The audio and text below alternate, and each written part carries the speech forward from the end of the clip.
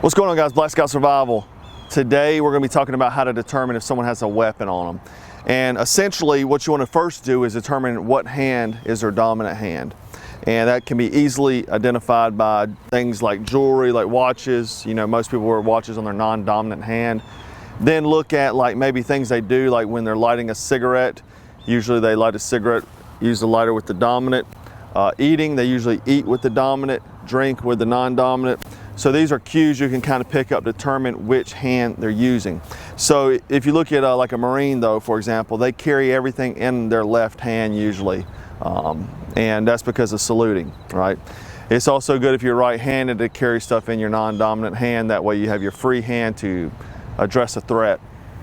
So beyond that, what you want to do is look for the security feel.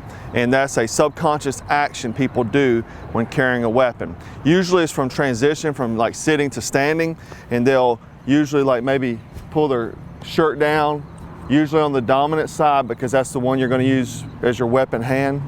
And so they'll draw it down, or they'll pat to feel if it's there. You'll see them patting to feel if it's there. They'll do that nervous security feel.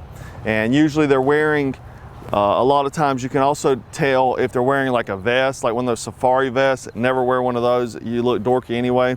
And then on top of that, wearing baggier clothing or clothing not appropriate to the season.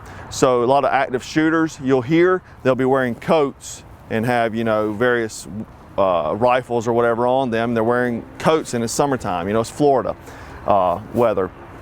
And they've got coats, so they're not you know, dressed to the environment. Right now, the style is more form-fitted clothing, so if somebody's wearing really baggy clothing, it could be a cue that maybe they have a weapon on them. And then you just look for, so you want to put this as like a problem. So you see what their dominant hand is, you see their clothing, doesn't make sense, you start watching, you see if they do that security feel, and then you can kind of identify if they have a weapon or not. They may not, but more than likely they do, you know, or they're trying to cover it up, or there's stiff movement on one side, wherever that weapon is.